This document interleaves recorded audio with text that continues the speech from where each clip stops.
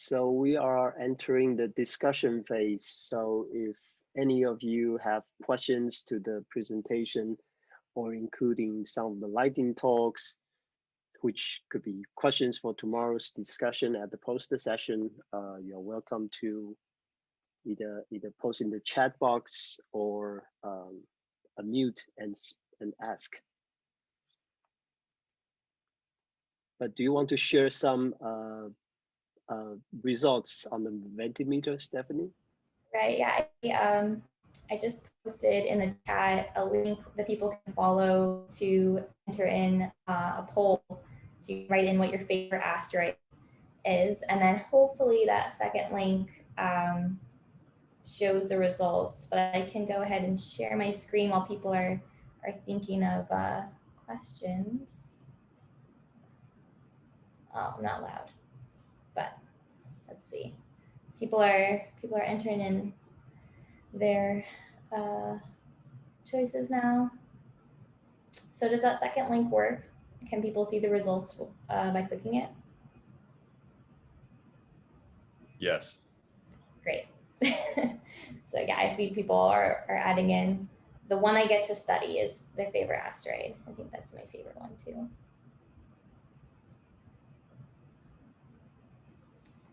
We have about 13-ish minutes for any questions people want to ask, in particular of those wonderful lightning talks that we just heard from, where we didn't have the opportunity to have dedicated discussion time for those. So if you could think of any questions for the students, that would be fantastic.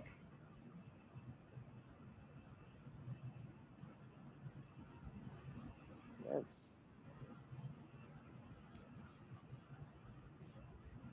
So I want to start that I have a question for Yeji Kim that I think if I got it right, the findings suggest fast rotator may not be monoliths. And so do you think there are other indicator would be useful to tell if a body depends, for example, on the spin rate, could be a monolith or be a rubble pile? So for in the case of KY26, that has really fast spin speed, like 10 minutes. So our original expectation is that KY26 could be a monolithic body, but our FEM technique shows that the interior structure of KY26 is only up to 20 Pascal, and then this value is pretty, I mean, this value is observable in the rubble pile asteroid. So this indicates that we cannot neglect that KY26 could be also could be a rubble pile asteroid, which means this pressure or stress distribution can sustain the current shape.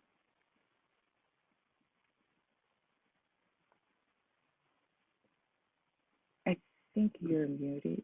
And so does this also apply to other fast spinners that we cannot? Oh, can you hear me? Yes, now I can hear you.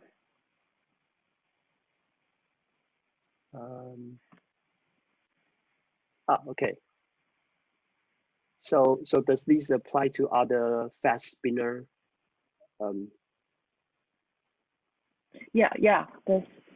This technique is also applicable to any other body that has it doesn't matter if it has a fast spin period or lower spin period. It can be applicable to any objects.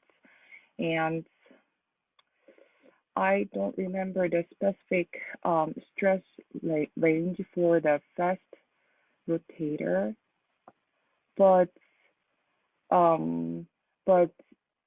at least the 20 Pascal was not that significantly high to cause any structure breakup or not to sustain the current shape. Mhm.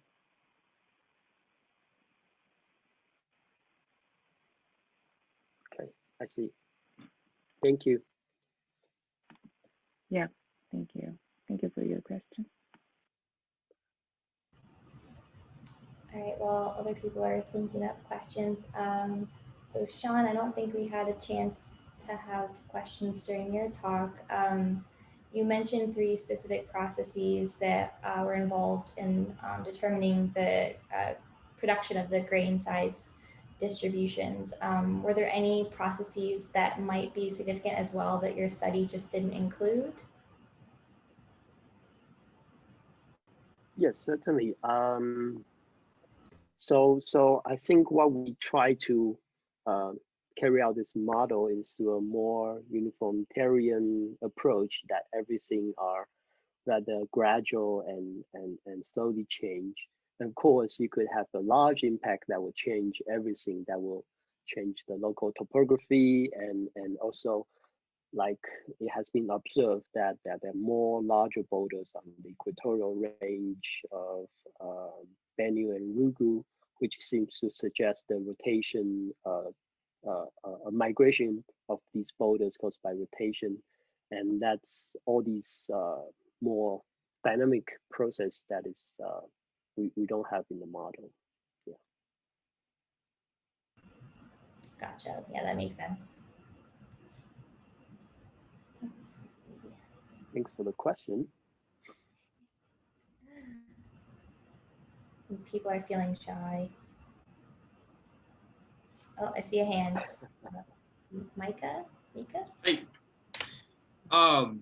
so I haven't been following this really closely here the last couple of years, but I saw a few talks that were saying that, you know, the water is being found on more and more meteorites, or I'm sorry, asteroids. And so I was wondering if the people here could have a bit more of a discussion on, so for example, for something as large as Vesta, and then so something, you know, much smaller, sort of the Bennu size, where is sort of the drawing line between what is solar wind dominated and what is either native or delivered? Is it like a distance thing, or impact history? What is it that sort of determines that?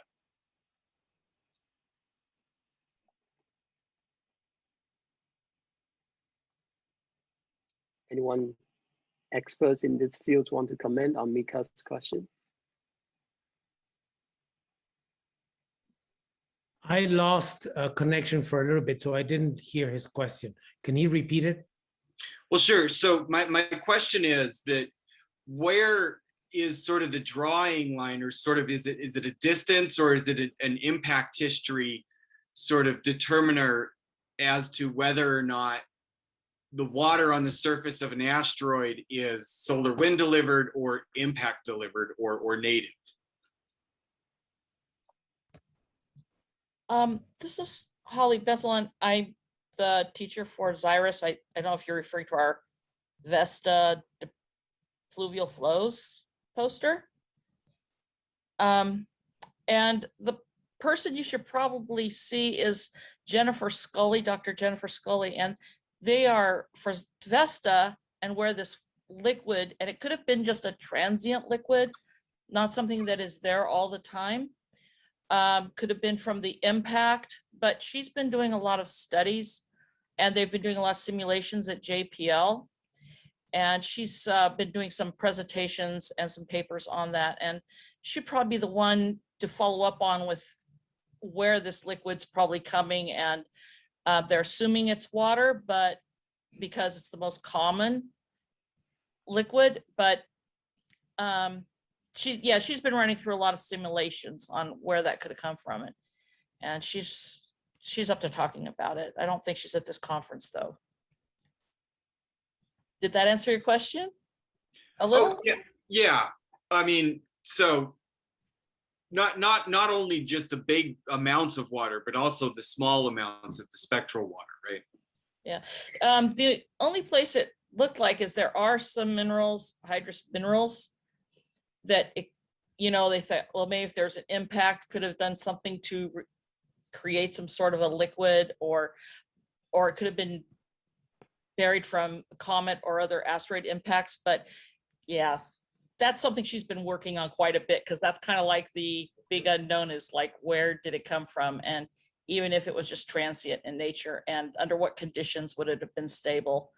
So, but yeah, she's been working on it. Micah, let me contribute a little bit. I think it's a very good question, and the answer is more complex than we would have anticipated. In the case of Bennu, we have a very strong 2.7 micron feature indicating a lot of hydrated minerals. In the case, and we have, by the way, no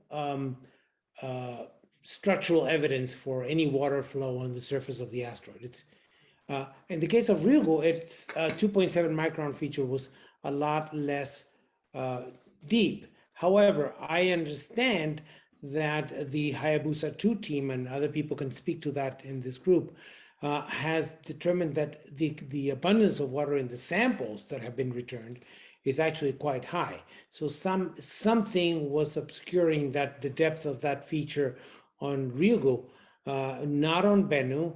And but we'll find out when we get both of the samples back, their relative abundances of hydrated minerals.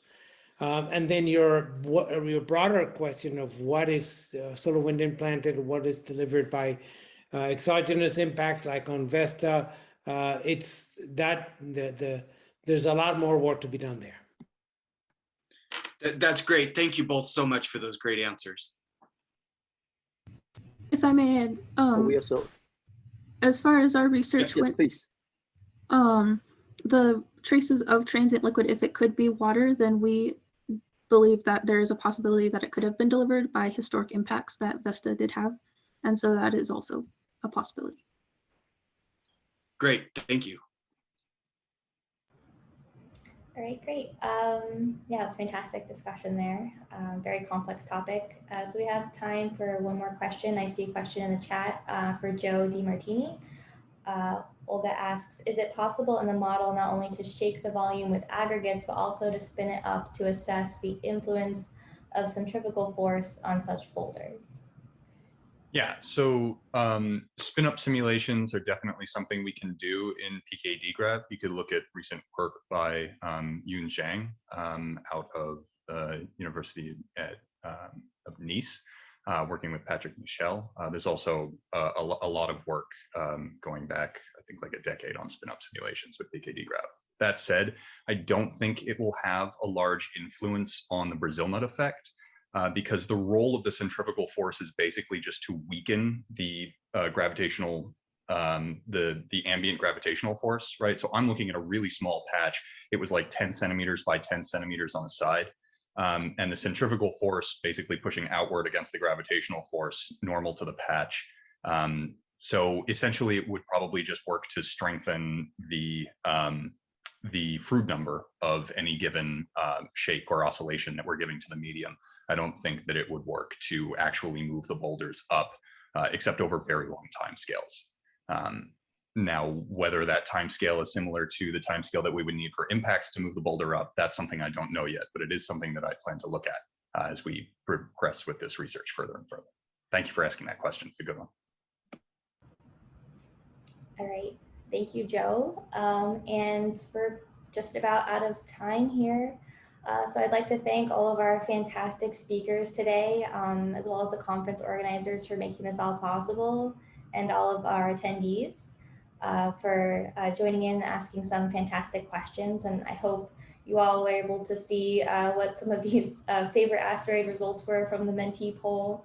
And please come by the poster session tomorrow at 10 a.m. Pacific time.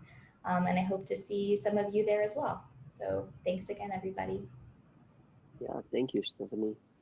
Thank you, everyone.